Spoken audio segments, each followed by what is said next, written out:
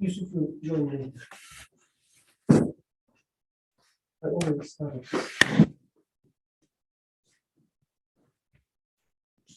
Yes, everything is there. Assalamu alaikum wa rahmatullahi.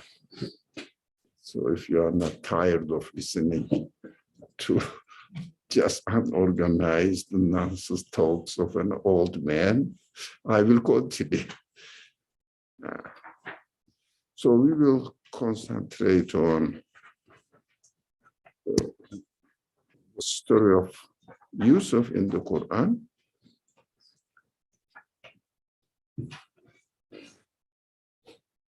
More, we have just mentioned something unorganized as an introduction to read, how to read the Quran while we are engaging with the Quran, which kind of attitude we should have, which kind of understanding we should have. Let me get to this as well.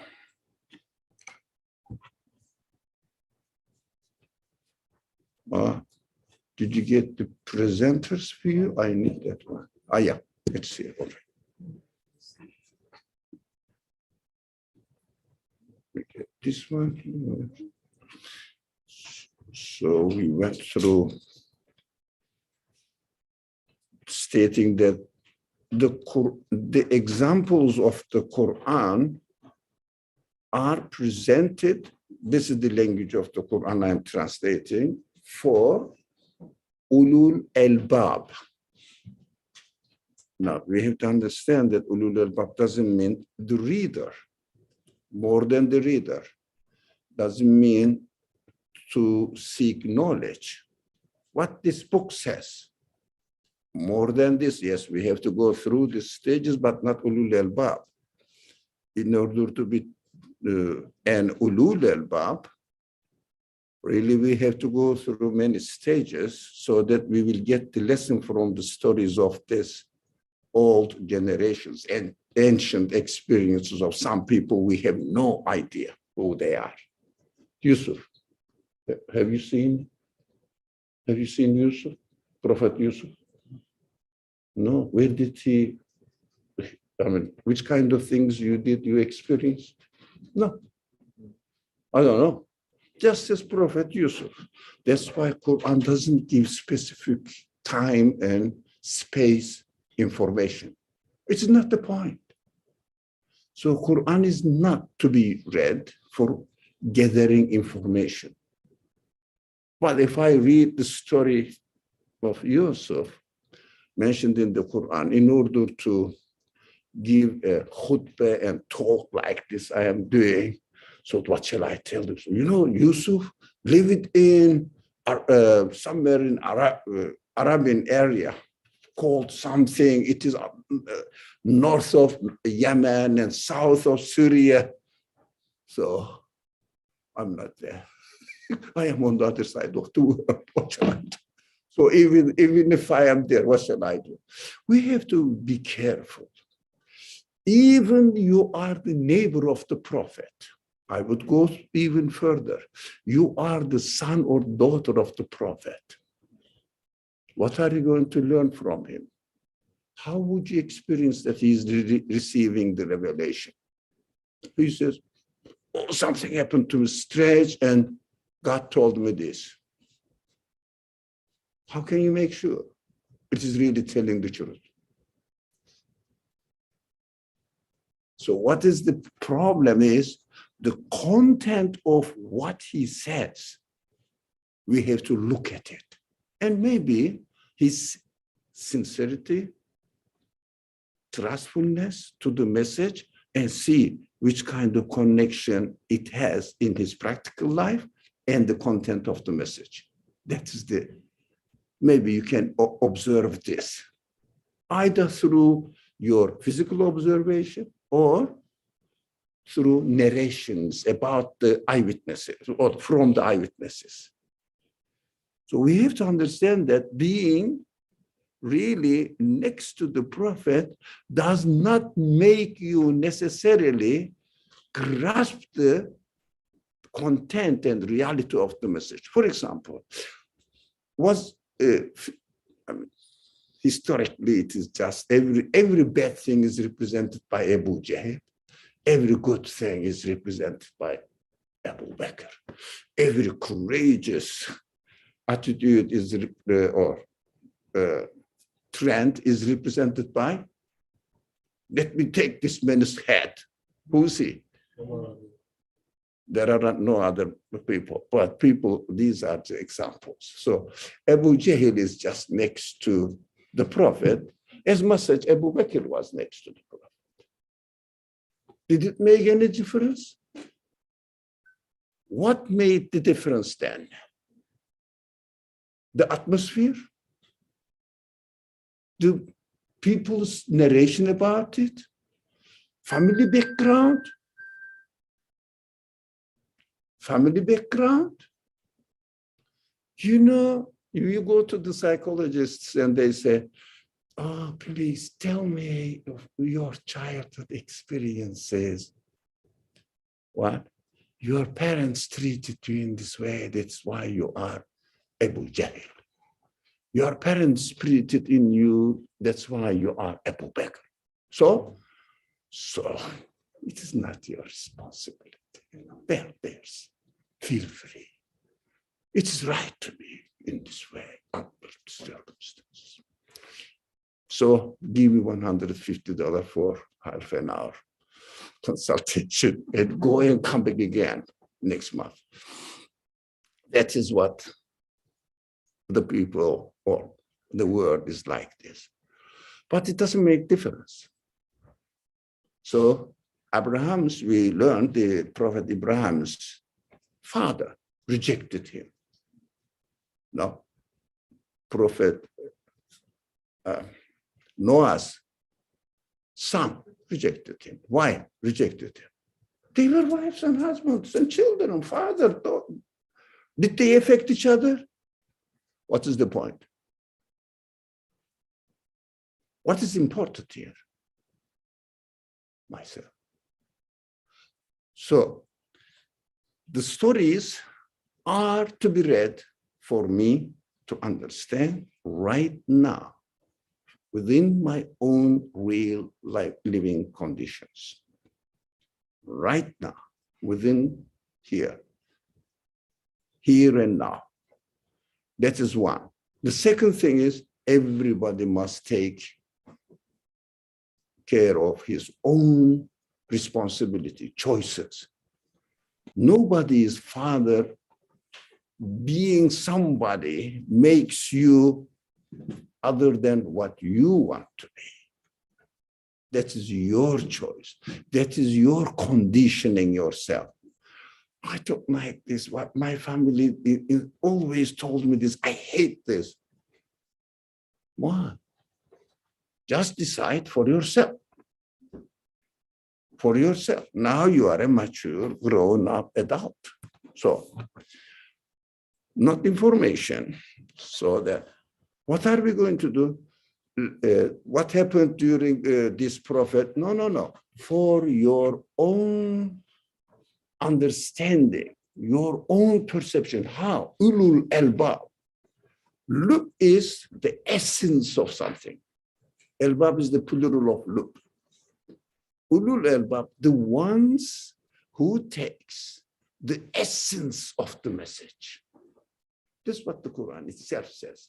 This is for ulul albab. That's one thing that we didn't mention this morning for the word ulul albab.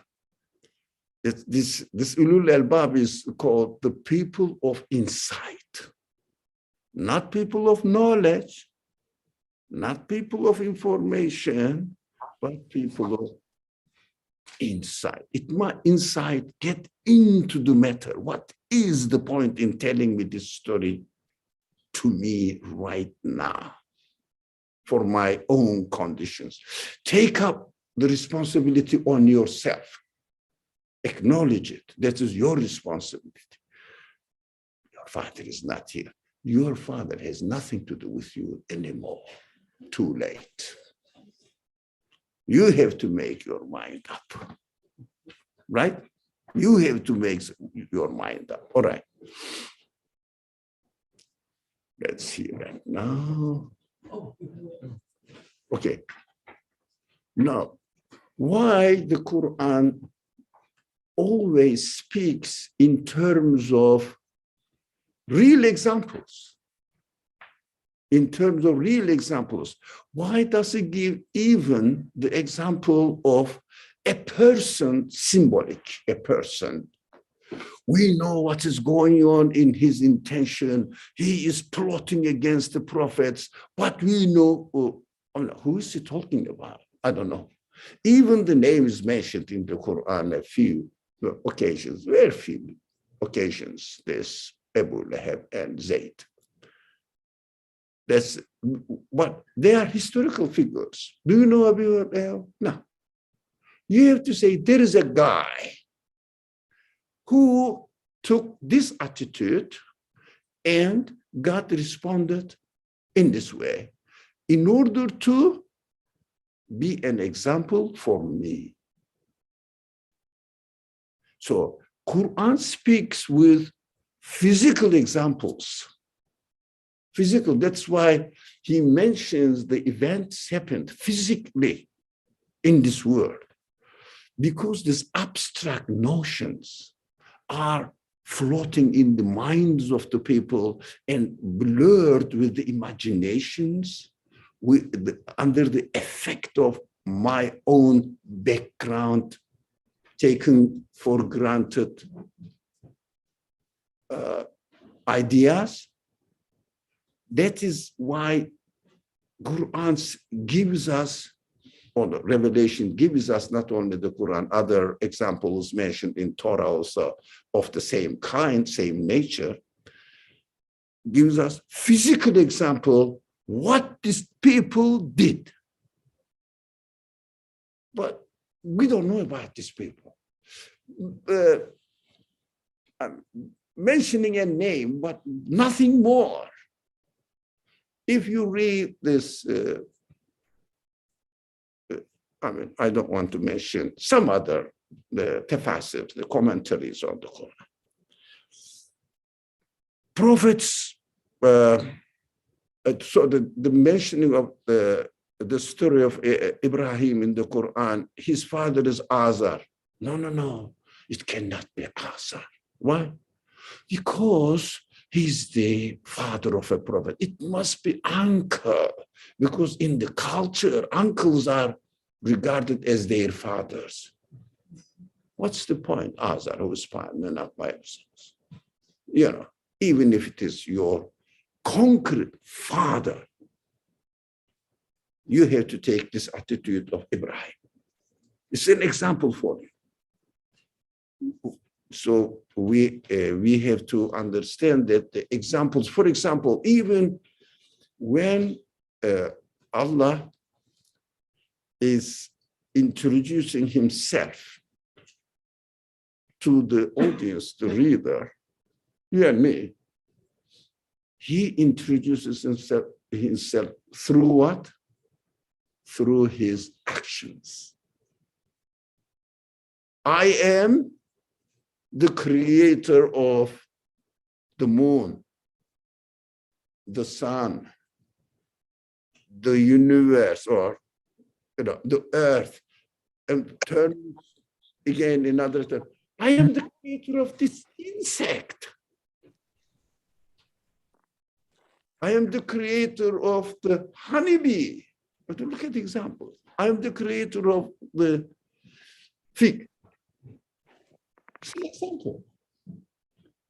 Why? Why doesn't say, look, I am the creator, what do you mean? Finish. No, give us physical example. That it is an invitation that I have to go and see, look at the mosquito in the example of not a small insect.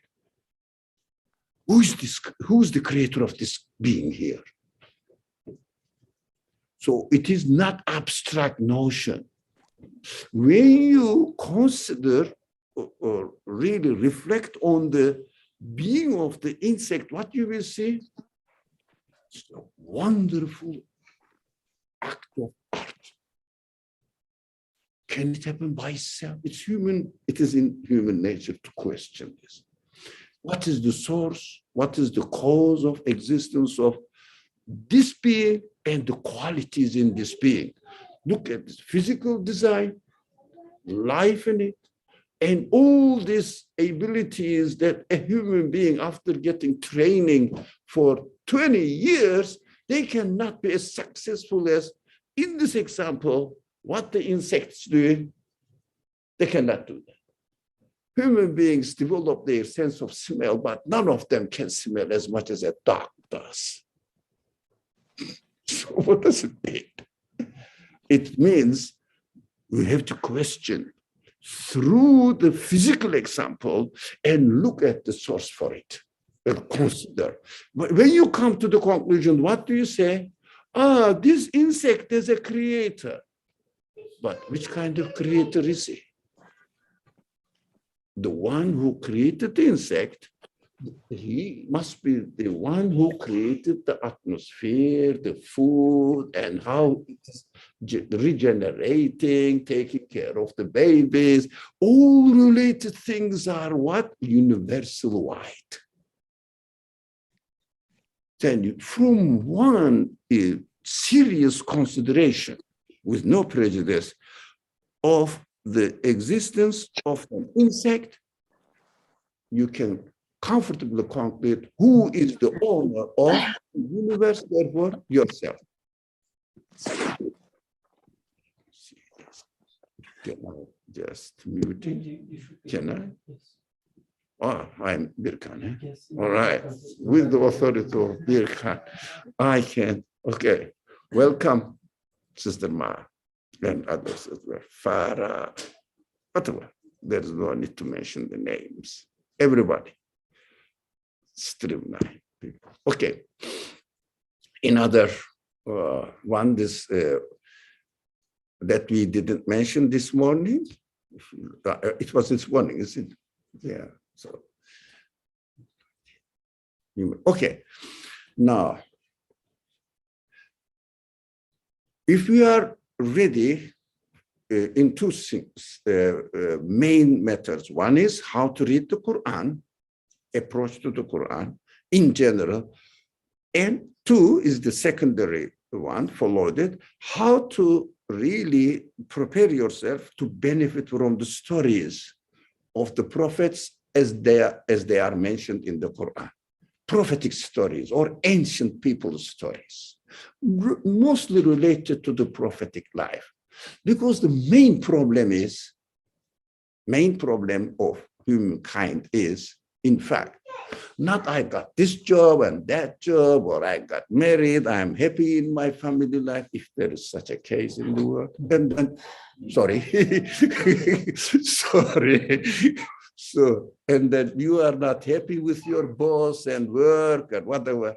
So this is the world we are trained. So you have to go through many exercises. All right. My mind is everywhere.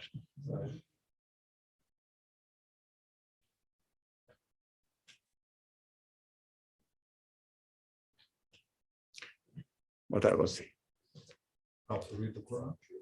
And how to read the specific prophetic examples. Our biggest problem, you said, our real problem. Our real problem. Yeah, that was the point. Thank you. Are you reading? Do you have reading classes? No, so then you have the right to speak. Sorry. So our real problem is to describe the events happening to us.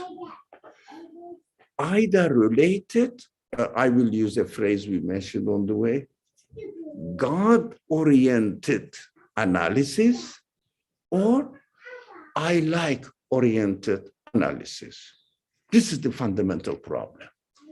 If we say God-oriented, no, let's start from general problems, my problem. I like oriented problems. look at this people. You know, do you notice that the word changed? Ancient word changed from having the prophets as their teachers. Nowadays, who are the prophets of the people? Psychologists. They decide what to do for you. But today's prophets, I mean, quote unquote prophets. So look at the case without any God in the picture. Look at the case about your environment, physical background, etc., or family background, social experiences, the influence of other people. But we said the prophet, next to the prophet, Abu Jahl is there, Abu Bakr is there, symbolic names. They took different attitude, completely. If the atmosphere had an effect, they should be affected in the same way because they were eating the same date, they were drinking the same Zemzem. So blessed water. Still Abu Jahl didn't get any effect from the blessed water. So we understand that outside world, in fact, has no effect on us. But physically, practically seems to be. But our interpretation of, for example, if I hit you, do you get hurt? Yes, you do.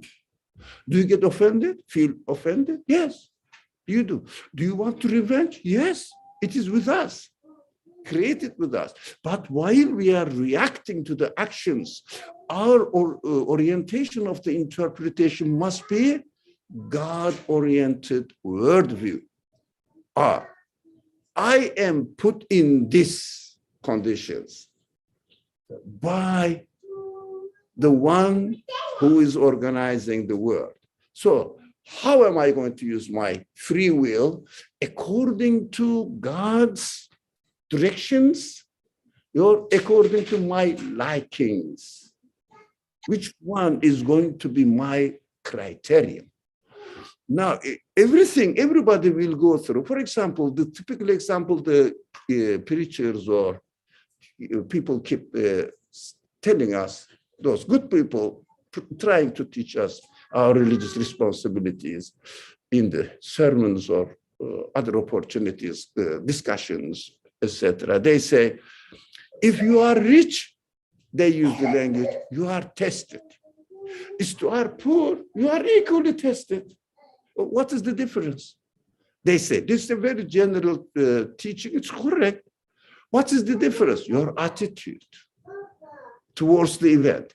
Whether you take it, poverty is given to me because of my choice, for some reason, is given to me by my creator. And also, wealth is given to me by my creator. In fact, I have to take care of my responsibility, not what is given to me. Who is given to me is the point. Who is giving to me is the point. So when you look at it, who is giving to me, you attach yourself to the one who gave it to you and react these happenings in the world accordingly.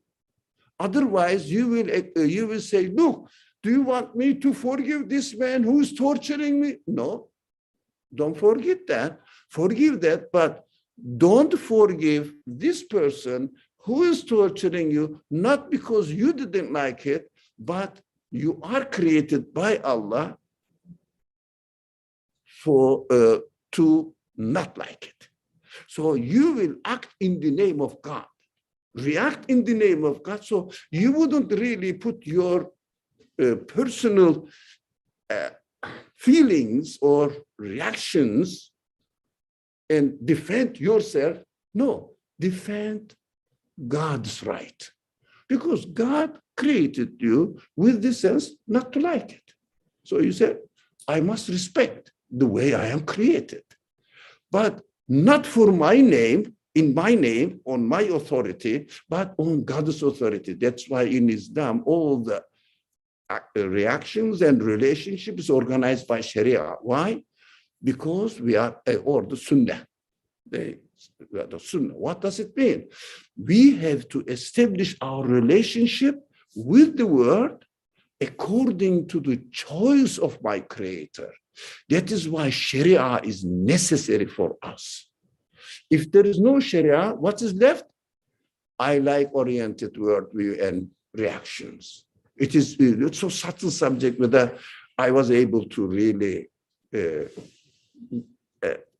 express it clearly, but we have to really to sit and think. Something happened to me.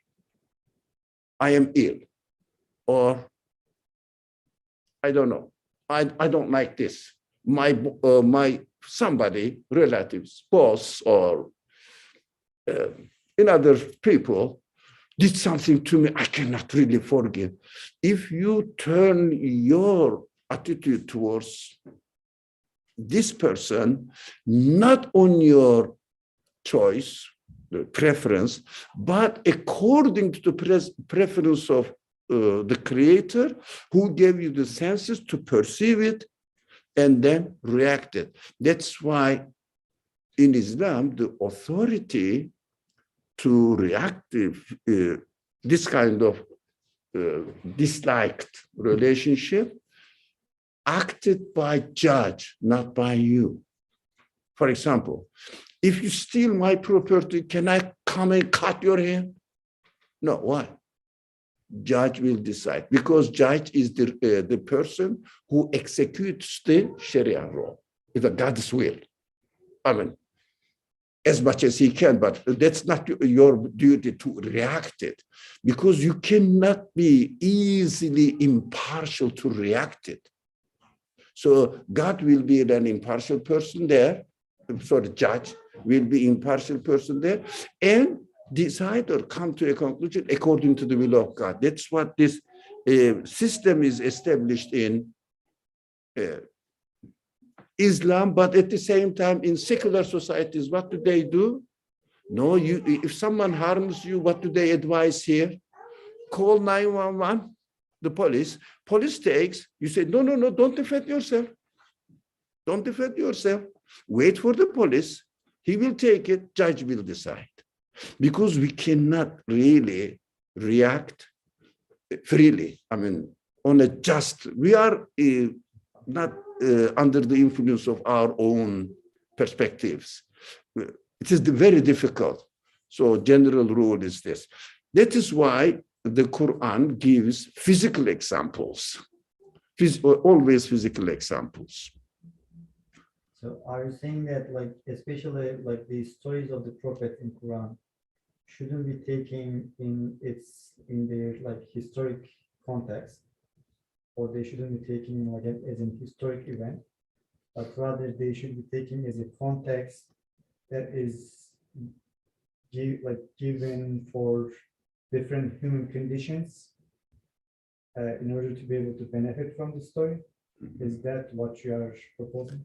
I think what is missing this morning, you should be here. So We dealt on it. Discussed that, and I missed that. Yeah.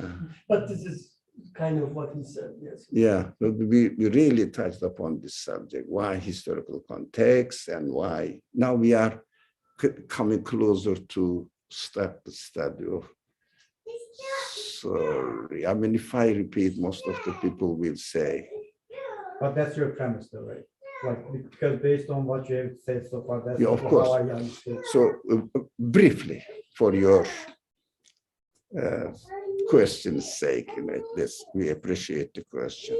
Briefly, in this historical context as it is presented in the Quran, now we have to have the insight how the relationship is established, and then take it from there. How can I apply it to my life? Now, for example, let's say the conditions was like this. That is why the prophet asked or spoke in this way, and then God destroyed them, etc. Come to me and look at the word now. You know, God destroys the rejectors of the prophet. So the people really reject the prophet and they are not destroyed. Well, we are expecting exactly the same pattern happen here. No, no, no. This is what we are going to do within our conditions and especially within ourselves, personal self. If I do this, I will be really destroyed. Where? Because I won't believe in what the prophet brought to us, the message, and I will interpret the word in contrary. It means I am an accidental being. I happen to be here. I don't know why. And everything is happening with no purpose by itself. And I'm going to be destroyed when I die. That is the meaningless word. What should I do? Well, what is the pleasure you can get as you are prepared to die and leave this world? What are you going to do? For example, if there is a hole on the corner of this ceiling of this room, what do? It is not raining. Yeah, it doesn't damage me. Let the owner of the house take it. Because it is not really directly related to you, because it's a temporary place. But when it is temporary place, what do? We look at the matter by itself. It means this is the room. I am here for 10 or 1 hour, 2 hours, whatever, 10 hours, one day, and then I will leave it. None of my business. But the Quran says you have to look at the case not as a temporary place for you, because you are created by the one who is the owner of this universe and this room. So the responsibility of this room is on you. So please do whatever you need to do here, whatever you are able to do it. So you will take care of it. But why? Why? Because it is the property of the creator, your creator, and gave you this life here. I would take care of it in the name of the creator, owner of this house. Not the owner of this house is somebody and none of my business. I am here temporarily. I am a tenant, for example. Can I destroy something if I am in the house and misuse it? If I am in the house, a tenant, as a tenant? For example, the typical example, if the landlord is paying the water, typical example, can you use the water just without any control? I'm not paying for it. Sorry? So that's it.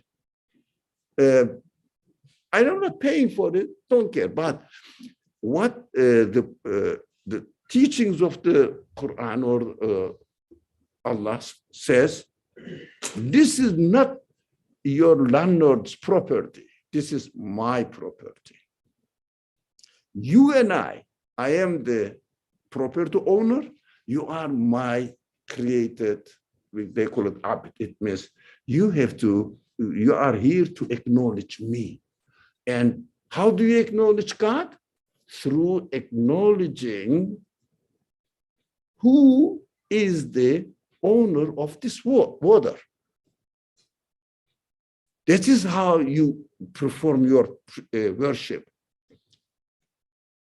Taking care of the water is belonging to your ma'bud in the Quranic language, your ma'bud. It means your creator, your owner, let's say, that you are here to get to know him. So we have to understand it's God-oriented perspective.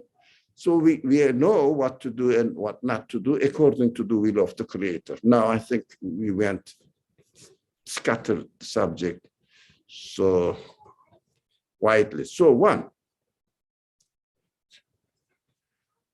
how about this story, if you like, of the Prophet Yusuf. How about this story? Particularly in this, now we are focusing on the story of Yusuf in the Quran. Now, it is very, but this is an important subject now. We have to pay really attention to this, this section of the introduction to the only the Prophet Yusuf's story in the Quran. Now, we can read the story on many layers. Now, one layer is just learning what happened, so take a lesson from it. In the life of the story, for example, the Prophet Yusuf was very patient as a prophet, and it's a good example for me that I have to be patient as well. Even I am put in the whale, bottom of the whale, thrown by brothers. Can you imagine? Your brothers throw you into the bottom of the well. Nowhere, no one knows where it is even. Some travelers may come and look for the water and find this guy there and take him away. He was patient. No. It's a good example. And not wrong, good example. He was put in prison. He was patient. Did he complain? No, he said, prison is more lovable than being accused with this or by these people who, he was a good example of patience. Now, the Prophet Yusuf was good example of patience. That's one layer of, and generally understood and practiced and taught layer of the story of Yusuf. This is the periphery of the subject, as far as I understand. Periphery, just surface. Okay. Another layer of reading it. Oh, this is a prophet, chosen man by God. So I have to respect him. And I have to really do what he did as an example for me. So take it as an ideal man and take an example for you, as it is always the Quran says about the Prophet Muhammad. There is an uswa hasana in it, good example for you. Yes, take it. Is it wrong? No, it's good. Another aspect, going into the heart of the matter. Now, we know that in general, every story of the ancient nations, we discussed this in the morning a little bit, touched upon it, mentioned in the Quran, actually represents one aspect of our life. Our life. So what we will say, we said we have to look at the stories mentioned in the Quran. How does it represent in my own life? Even go further. We know that the typical example of Pharaoh is representing one side of me. And the typical example of Moses is representing another side of me. So again, a general reading of the Quran, we must be careful that Quran speaks in terms of extremes, examples. How do you say? Hard-hearted people against the prophets, adamant in their rejection, and on the other hand, total submission to the prophet. The examples the Quran gives never are in the middle. They are not in the middle, because it is the how do you say, main principle of the Quran to be a criterion between right and wrong. What does it mean? It is important now. These extreme examples are presented to us in order to take a stand to this direction or to that direction. Not to reach there maybe, but aim at it, be on that road. What does it mean? I am going this way, not that way. The end is represented by Pharaoh and Moses, Abu Bakr and Abu Jahl. That's why the Islamic literature gives these examples, always repeats this example. Every bad guy is represented by Abu Jahl. Every bad attitude, Abu Jahl, Walid bin Mughira, which was really optimal, but it's not very well known as much as Abu Jahl is. But I think if you read the history or the Sirah, Walid bin Mughira was even harsher. So Abu Jahl is the famous name. But anyways, the extreme examples for me, and that is why the Quran says, put me on the right path. Ihdina ila sirat al-mustaqim, but not to the end. Although the examples are giving the end, but be on the right path as much as you can. You go fast in this path, but remain on this path. Going to this direction. You may go walking with that breathing difficulties like me, or you may go jogging, running. You may go by bicycle, you may go by car, you may go by train. But the point is not which vehicle or the means you are using. The point is which direction you are aiming at. That is why the Quran gives directions, not ideal typology, if you like, presented to you in order to give you the directions, which direction you will take. Not in the middle, but which direction. Of course, it means process. For example, I was asking, what are you studying? This morning we said, I'm studying medical. For how many years? 20 years you are going to study in medical studies, for example. Why? You are aiming at to become a professional doctor or physician. So in order to reach this aim, you have to go step by step, step by step, step by step. Right? That is how we are created. Don't be disappointed that I am not a doctor. So look at in order to reach the end, there are 20 years I will study. Give up. No. The Quran's examples are given in order to show us that direction. So what does it mean? When I read the story, every figure in the story must represent one side of me. Now, vicious people somewhere there, like the brothers, like the wife of Aziz, very loyal people there, his father and his other one single brother, and honest people, the king. We will see the figures there. What do they represent? My side.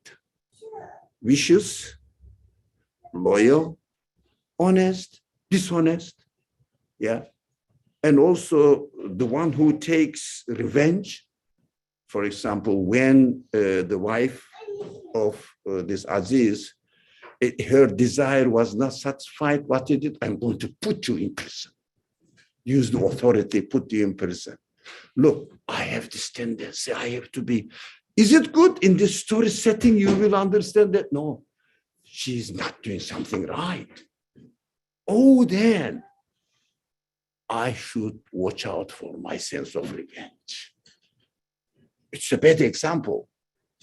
Yeah. So can I say this? You are Yusuf. You are his brothers. You are his father. You are the wife of Aziz.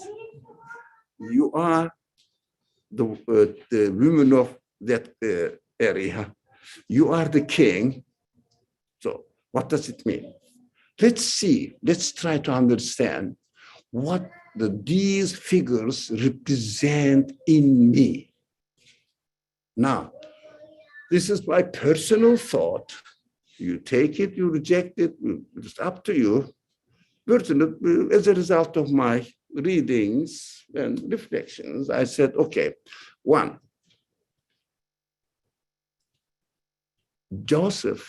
Yusuf, I wrote this Joseph, that's why I'm reading from there, from my notes, may represent human consciousness, awareness.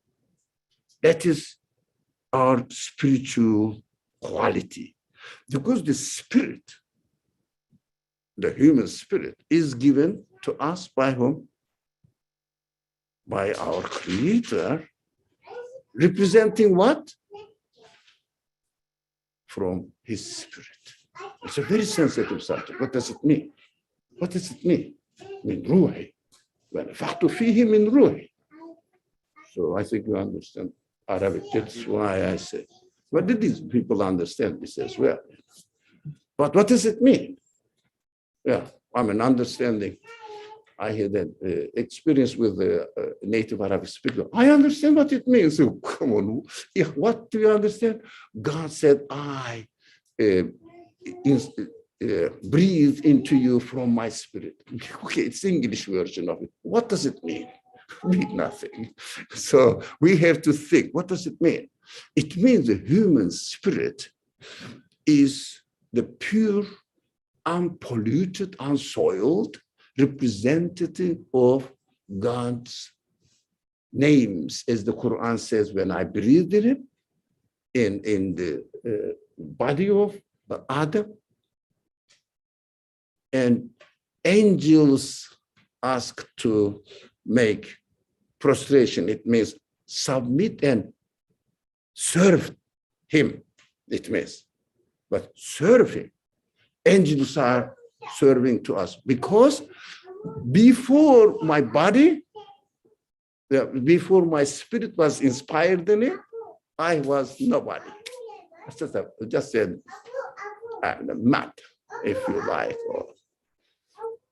But after being taught, as the Quran says, وَعَلَّمَ آدَمَ الْأَسْمَاءَ كُلَّهَا ثُمَّ عَرَضَهُمْ عَلَى الْمَلَائِكَةِ.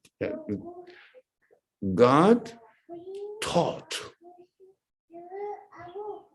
Adam, and they gave the ability, the tool to understand, to appreciate the names of God. How do we, after getting into this physical body, how do we appreciate the names of God here in this world? By physical interactions of the manifestations of the name and the tools, if you like, detectors, recognizing the name there. So I am giving the tool now, and the manifestation of the thing that I have to recognize is there. So I am connecting through the manifestations, physical manifestations, with the Creator. That is called in Islamic literature human conscience. Not only conscious, that is another element of conscience. So conscience usually represented in the Quran with the word heart, human heart, qalb. Actually, heart may not be the right word, qalb. So Yusuf, under any circumstances, refer to the previous talk, Yusuf, under any circumstances, connected, it is perception to the creator of that circumstance. Do you understand this? It's a very important point to me. To me, we have to really understand this. Conscience acknowledges whatever happens in this world, acknowledges the manifestations of the names of God there, because God is the one who created this event. Acknowledges the manifestations of the names, qualities of God there, and knows that because it is taught, already instructed, knows that this is the act of my creator. Do you understand?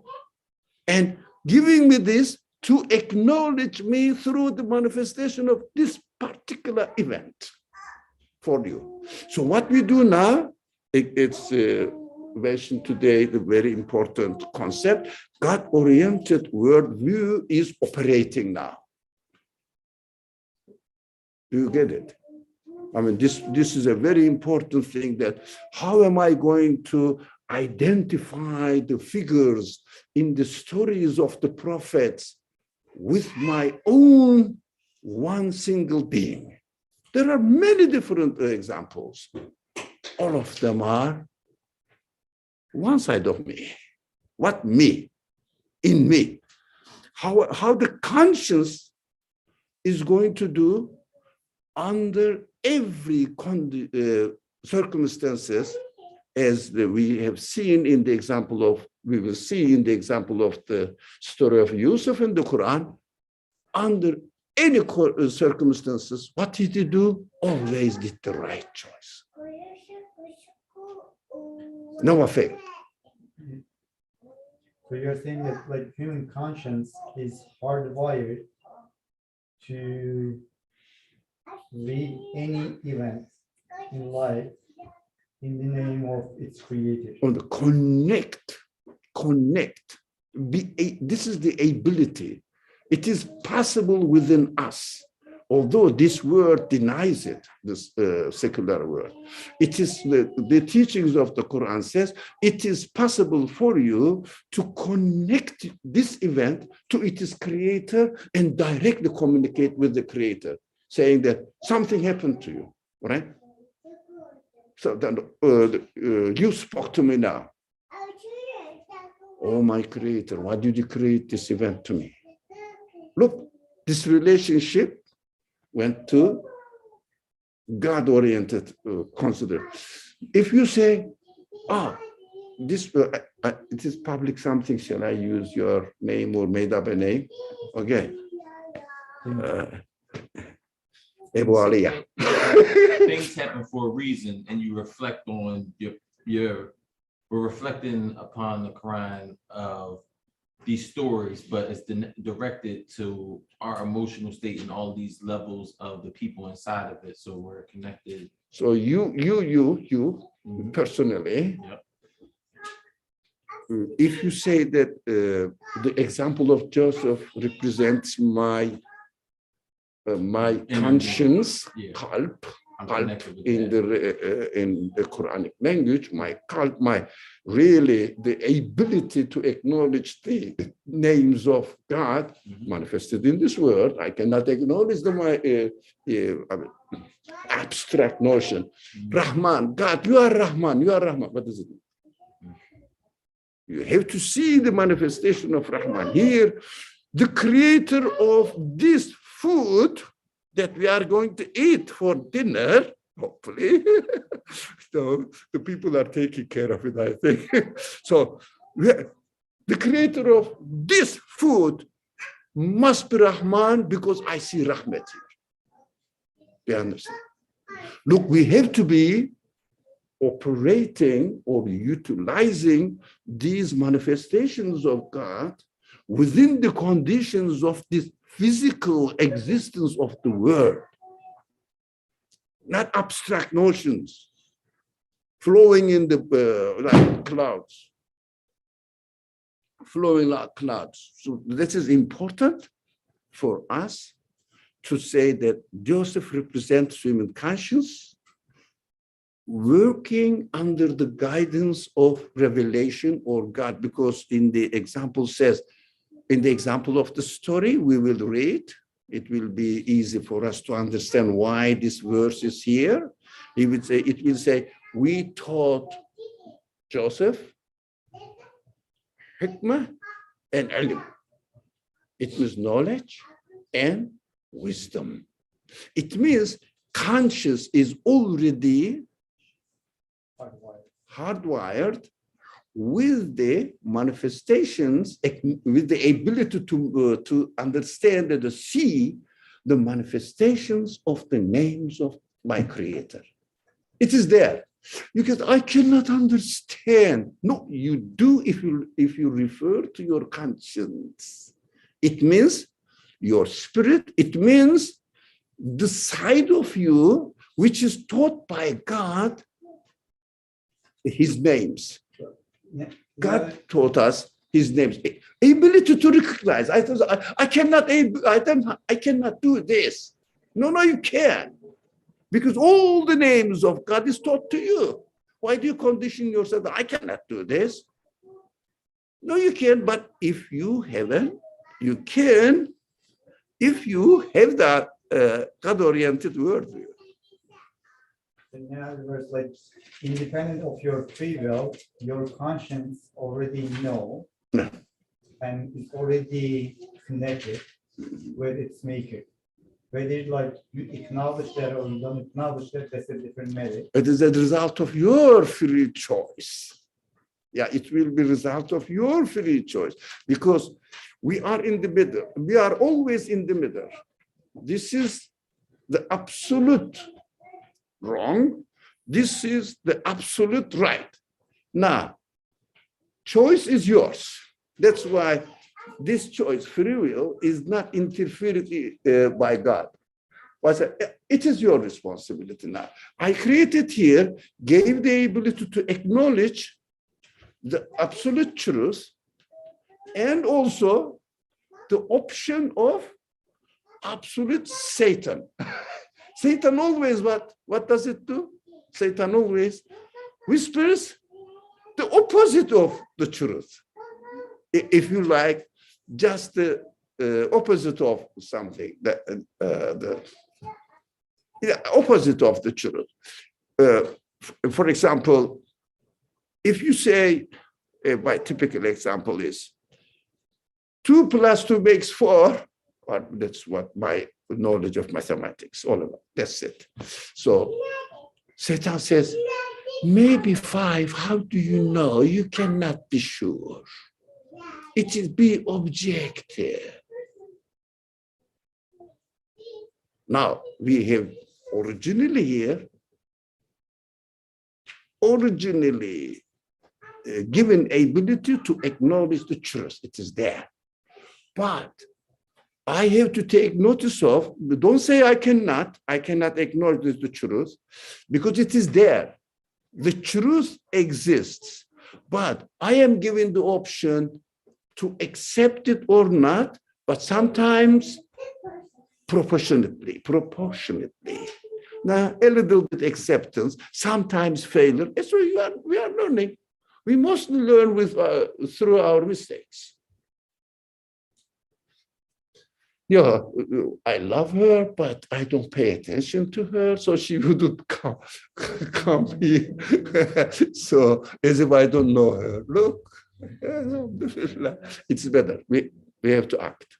So Joseph represents human consciousness, and best side. One more question, but if it is too technical, we can skip it. Like you equated the conscience to heart.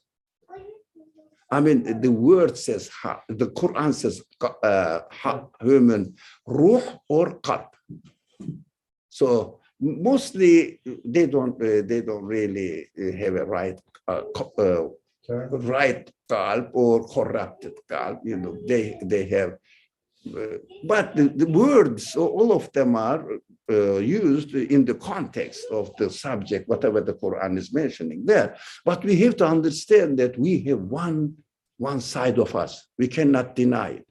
If I am not given the ability to acknowledge the absolute truth, how can I be responsible to take side of it? Think about it. God says, okay, you are responsible now, free. Everybody's free, isn't it? We can be here, we can be somewhere else, we can be sleeping, we can be, I don't know, doing lots of alternatives. But we have chosen here. We are free. If we chose to deny God, do we get any slap? Because most of the representations of the prophetic stories are given to us in terms of what? Physical punishments. Why? Because we said the principle of reading the Quran, especially prophetic examples, when the physical events narrated to us or taught to us, they are the representative of certain notions, abstract notions, in order to enable me to understand how this physical event reflects within me now. For example, when I say there is no God, there is no akhirah, it means hereafter, next creation. As soon as I say this, what I feel, not the physical, somebody comes there, is smashing something here. Oh, I knocked down. Do you understand now? There is an akhirah? No such thing. But internally, I immediately understand. Think about it. It is not really haram. so, okay. Think about it. There is no akhirah. There is no hereafter. Think what your life will be. What would you experience in this assumption? Let alone really believing in it. No, assumption. There is no akhirah. Yeah, I'll die and perish when go into annihilation completely. Non-existence. Why bother? What's the point? All your world collapses. It means, how do you say, the stones thrown on you from up when the wind knocks you down. Physical examples. But you can experience this within your own spiritual world. Experience it. Everything collapses, meaningless. Yeah, I temporarily enjoy it, but yesterday, where is yesterday? Did you have a good dinner yesterday? I think your uncle took care of you. Okay, where is it? Gone. Pleasure, gone. You say now, what is the point? Gone. Tomorrow, everything will be gone. Can you take it back? No. That's why people now, pictures. In my youth, Japanese people, tourists, used to come to Istanbul, and they had cameras here, and whatever they see, because they're all ancient things, take a picture. What are they doing? They are recording. For what? To remember. Record in memory. And they say, I've seen this. Where is it gone? What do you have on that time? That wasn't digital or anything. Paper. Some figure on it. Where is the real existence? Finish. You are away from it. Gone. So we understand that. How about tomorrow? I am going to have a perfect dinner prepared, hopefully, here. We are hoping that's why we are here. I am here, not you. No, I am here for dinner. So I am hoping that you have the imagination, memory plus imagination. Even in our head, yesterday is gone. It will go and leave me alone, separated completely from it. What's the point to get enjoyment from it? Do dinner today, the dinner tomorrow, the dinner in the past becomes destroyed by the wind. The descriptions of the distractions of the tribes, ancient tribes, people, or rejected the prophet because you just imagine that the prophetic message rejected. Now, it means there is no hereafter. Oh, it is in me. Yeah, I can find it in myself. All right. How about what was it? Let me see which one I said. This instruction is given in the story of Yusuf. Yusuf is represented as we taught him knowledge and wisdom.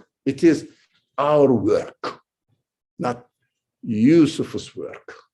It is our work. It means conscious is given this ability as God's work, right? Sorry? We are endowed with. Yes, this is, as you said, hardwired with it. Okay, 2. What to say? Let me see what. For example, I don't know. This argument goes on among the philosophers and scientists. How do you know that? Let me change the example, typical example. 1 + 2, 1, what? 1 + 2, 1 equals to? 1 + 2, 1 equals 2. Okay, come here. 1 + 2, 1 equals, yeah. 22. Sorry? 1 + 2, 1 equals what? What's 2? Sorry? 3? Oh, that's 4. 4. No. Do you really believe that it is 4? No. 2 ones, like 2 ones. No. 1, my language is horrible. So 1 + 2 equals what? Oh, 3. Sorry? 1 + 2 = 3, right? 1, did I say, yeah, did I say 1 + 2? I'm confusing. What am I saying? I want to say 1 + 1 equals what? 2. Yeah, 2. All right? 2. You're saying 1 + 2. No. Am I saying 1 + 2? So you know how much I slept last night now. Sorry, really. So, okay. I am an old man, plus I didn't sleep. I was tired yesterday, I didn't sleep enough. Okay. Revolution here with the math. Okay. 1 + 1 equals 2. Who disagree with it? It is simple, but I'm serious. Who disagrees with it? No one. How do you know? How do you acknowledge this truth? Well, now, I calculated it with what? The ability to acknowledge the truth is given to you. In this example, no one denies it. But when you see a thing exists and asks, this is the result, which is called effect. What is the cause of it?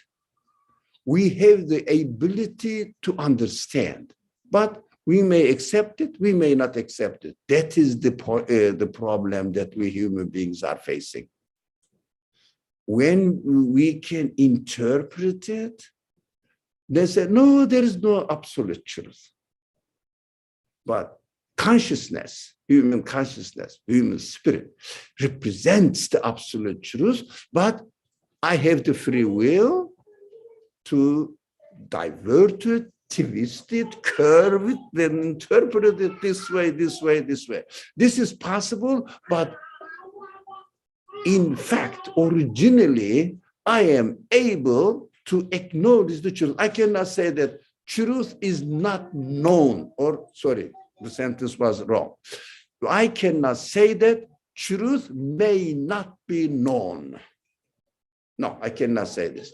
This is a little bit something to do with simple philosophy. So, but I think you got the point. We are given the ability, and also again. Maybe it's an irrelevant question again, but like, for example, 1 plus 1 equals 2. Yeah. And if I say it is 3, I'm like, since it is like something that is with me, I already know. Yeah, you And know also, that. like, also because of the context and the social context, and I have this fear of like being ridiculed. Like if I say 3, so I kind of like, it is almost inevitable to agree that it is 2, right? So, But because you acknowledge it, because forget it's something about with forget you, and about the also, like, environmental effect.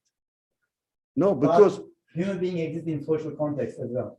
but whatever it is, can you not acknowledge the truth of 1 plus 1 makes 2 within yourself? Do you have the ability to acknowledge it or not? That is the point here. Do you have the ability? Yeah. Or not? If you That's take it. that Finish. example and analogy and apply to the existence of the Or- universe and the maker, I am able to take this stand to deny it. No, So I guess- you have the ability to do it, but you have the ability to confirm it too. Yeah. So this is the side that we are studying now. This is the very important thing in the stories of the prophets, especially the story of the prophet Yusuf, that we are given the ability to acknowledge the truth and act accordingly. The ability is with us. To practice it, freedom is with us as well. So we have to use our freedom to be loyal to our real nature, real the way we are created, or to distort it, divert it, dilute it, make an excuses, etc., etc., etc. So our minds are ready now. So we have, as usually the case that, sorry, let me take care of this. Okay, alarm somebody. Okay, I just muted the open mics, background noise. We have several venues to use this ability. One is this creation, but we are very familiar. The other one is the creation. The other one is message. The creator sends. The other one is human consciousness. That is called futra. And the prophetic examples, exemplary lives. So using these venues, we can operate or utilize this ability and really apply the example of Yusuf in our practical life. Okay. What is disability? What is? Four sources, I understand 4 the sources. venues. What can you use in these 4 sources? What can you use in these 4 sources? In order to acknowledge or become aware of this conscience is with us. So you can use this, utilize it in order to practice this conscience, in order to make sure that I can really confirm the truth with my ability given to me. I am able or I am enabled to operate it. I am enabled by my creator to operate it. Right? This machine. And you're saying the word conscience. Conscience, yes, yes. Not conscious. No, conscience. Conscience. The kalp, vicdan, this word is used in another language. I thought conscience was the word. Conscience, kalp, vicdan, heart, kalp. Okay. No, consciousness is shu'ur. Yeah. So, And from the beginning, you were referring to qalb, the conscience. conscience from the very beginning and always. If I confuse the language, as I said, 1 plus 2, so in thinking that I said 1 plus 1, that is human fallacy. Okay. How about the brothers? How are we going to see in us the brothers? Brothers represent what?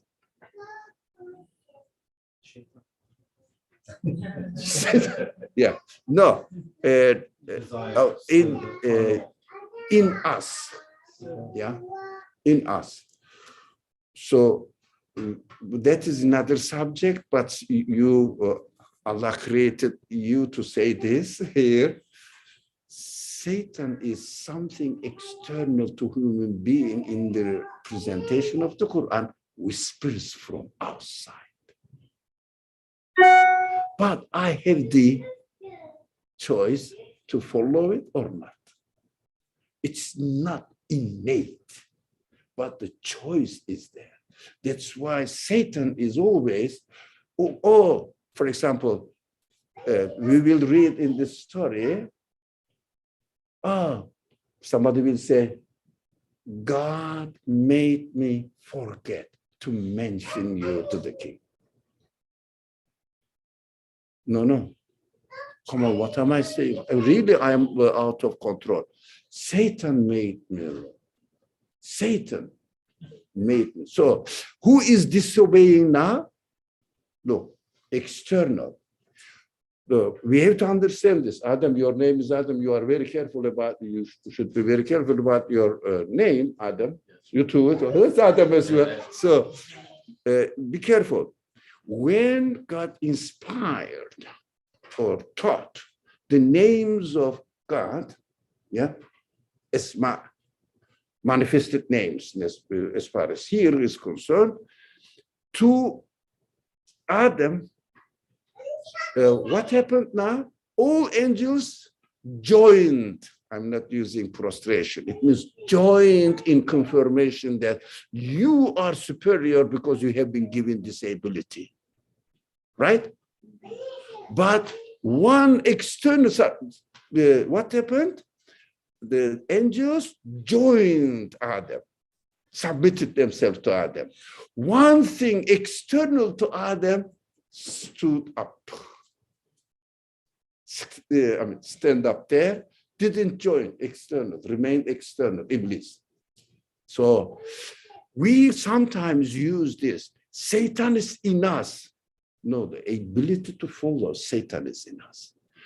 Human nature is وَكَرَّمْنَا بَنِي آدَمَ, always mukarram. It means really honored. Always, every human being deserves to be honored.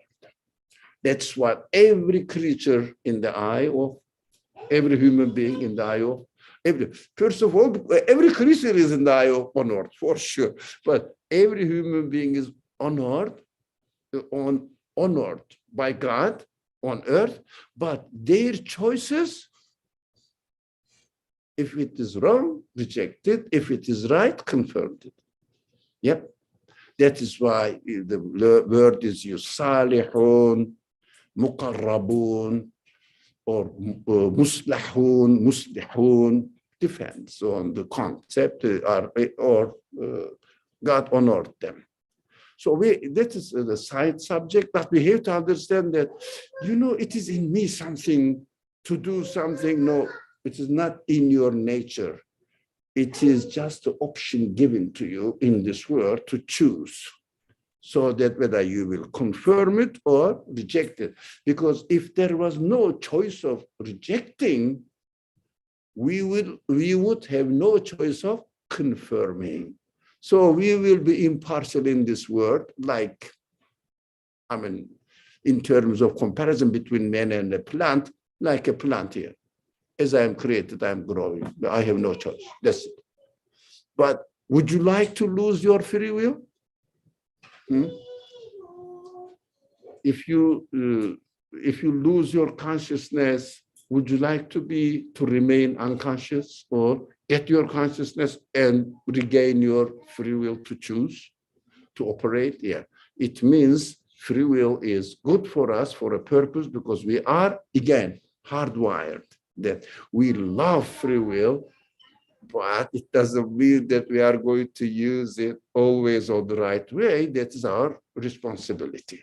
The means abit means this, accepts that I have a duty in this world. It means in the language of the Quran, worship, ubudiyya. It means acknowledge my creator. It means always, I am using maybe it's the correct English, making a choice of acknowledging my creator. Yeah, I think it is, you can say it in English, I think. So, I have a question. yeah. So could you say that the brothers of Yusuf alayhi salam represents the aspect of us that can choose? Because first they make a bad choice. But look, look, bad is external to human being. Because human creation is pure and correct, perfect. But that is why Quran keeps the language external, Satan.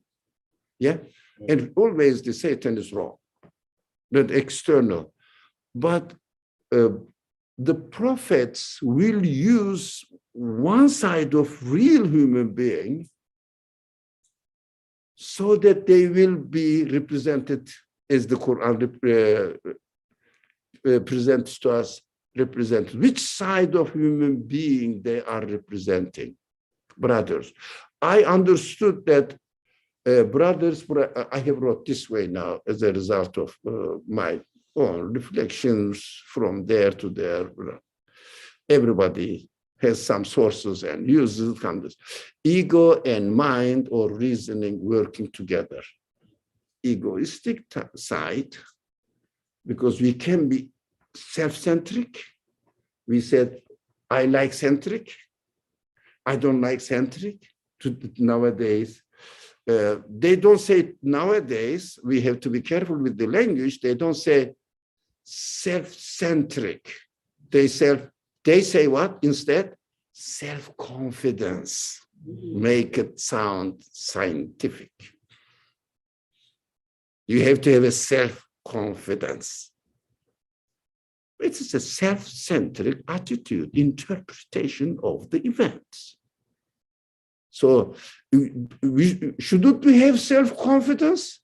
No, we will have what? God confidence. It means I am confident about my creator. Everything is presented to me by him. So we have to make or prepare our own language vocabulary. We shouldn't take up really secular vocabulary as it is presented to us because our minds are already occupied with secularistic worldview. As we said in the morning, we are getting training in the palace of Pharaoh, learning all secular concepts and perspectives, analysis. But this example of Moses is given to us. You can become Moses. You don't have an excuse. Environment, if the environment had real effect, options are different. Real effect in my being, Moses cannot be the prophet Moses because he was brought up from the very babyhood, very baby, in the Pharaoh's household. So you say, I don't know what to do with these children. Yeah, they are trained in the Pharaoh's palace. They have to choose to follow the example of Moses, not Pharaoh. Otherwise, if they choose example of Pharaoh, they will be thrown. They will suffer. I am khalas. You are responsible until the age of adulthood. You and I. Afterwards, everybody's free. So Pharaoh looked after, took care of, educate as a prince in the palace, Moses. What happened? It is possible, it can be a prophet. Example. This is what we should read the prophetic stories. So, no human rationality, but we said, not taking into consideration what God's guidance tells us or sent us. What? Because when I follow my conscience, I have to, disability, I don't have to, but disability makes me acknowledge the truth. And how am I going to practice this truth in my practical life? There are extra aid sent by God. The creation, the prophets, and the messages. These are the helpers of human futra, human consciousness. So we have to really utilize them. If something happens, just look at something. Look at this. For example, a bird is flying there. How can it happen? How can it come into existence? How these qualities of the bird exist? So look for the source of its existence. You will just understand that this is the work of somebody else. Nothing to do with this world. Nobody, no one, nothing in this world can be the really originator of the qualities of this bird. So what you do now, remember God and connect yourself to God and let the conscience work now. Otherwise, if you lose yourself in the event, my boss did this, and the economic situation is horrible, I don't know what to do. Okay, I have to do it, what shall I do?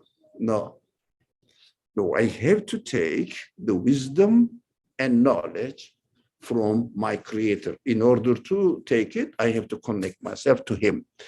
So this ego and mind working together, it means not following the other venues of help for the conscience to acknowledge the truth, practice it.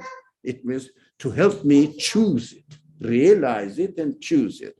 So what did the brothers will say? I think our Father doesn't like us because all his love goes to this guy, Yusuf, and his brother. So what shall we do? If we get rid of it, look at the solution. What's that? Satanic solution. Change the atmosphere, you will be saved. No. But for example, I am poor and I cannot stand it. I mean, we have to work, or that's something else.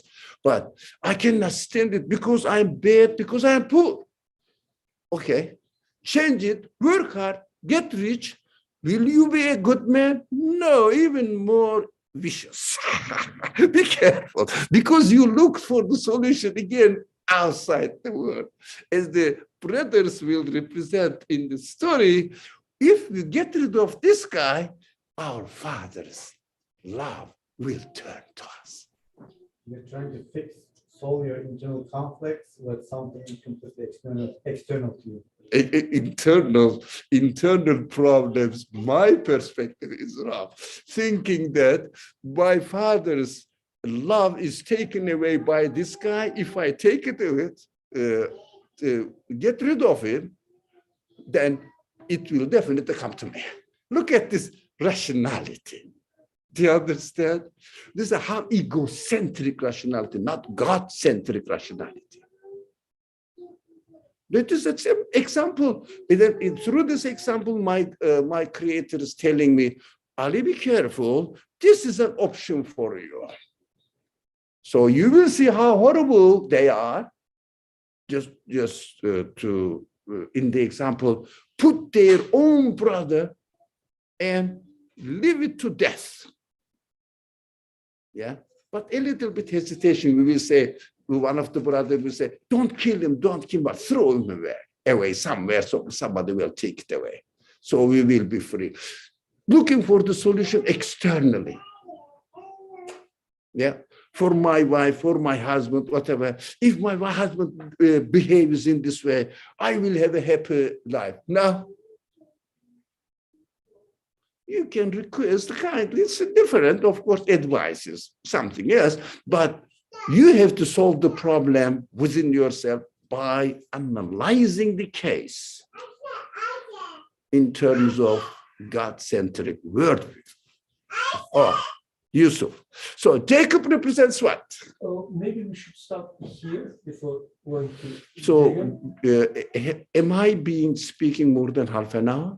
Oh, it's like 33 minutes. It's been 1 hour and a half. Yeah, like I'm considering that we started late. Okay, so it's time up. So we have to analyze just for the next session, whenever it is. Jacob represents what? Aziz's wife represents what? And partially, king represents what? Yeah, these are important figures.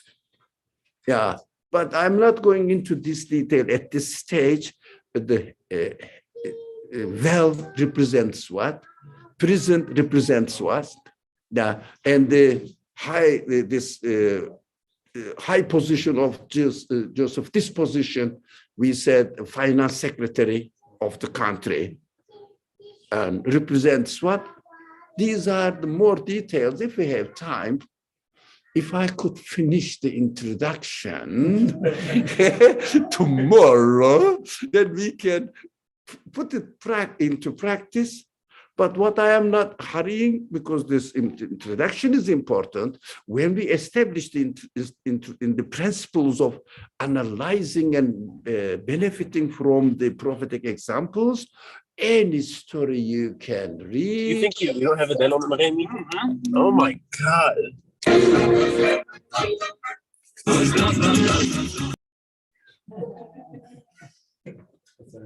think somebody needs a break. No.